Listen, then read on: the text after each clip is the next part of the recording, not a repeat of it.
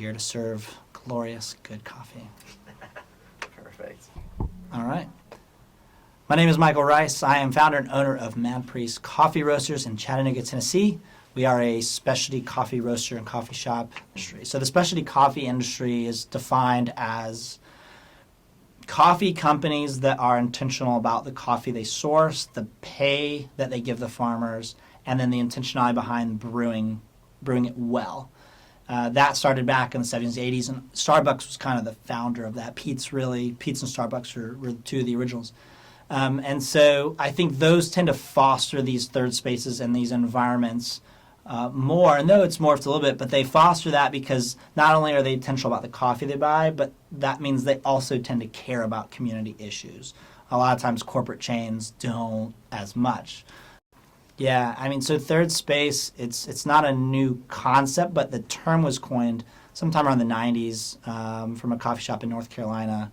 Starbucks since got it under their trademark, but essentially the concept of third space is not work, not home. The place where you meet with people, that could be a bar, a brewery, coffee shop, but coffee shops tend to be the more common place where you do that and have a space that you can go to that feels like an in-between, not home, not work. So I think coffee shops and cafes in general are a place of positive discussion and conversation, mostly because they kind of represent a space for people to come and have these conversations. Historically, that's what they were, even as early as the Ottoman Empire when they started back in the 16th century. And so they kind of became that place where you discuss politics, religion, whatever it is.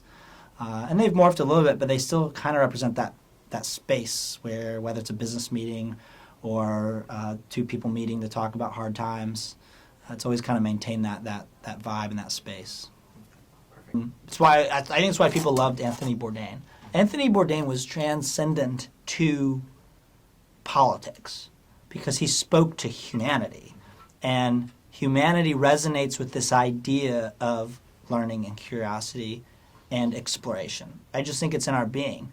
And so, he has like that famous quote that's like something along the lines of like, go get a beer at a local empty bar at 5 and talk to your neighbor, right?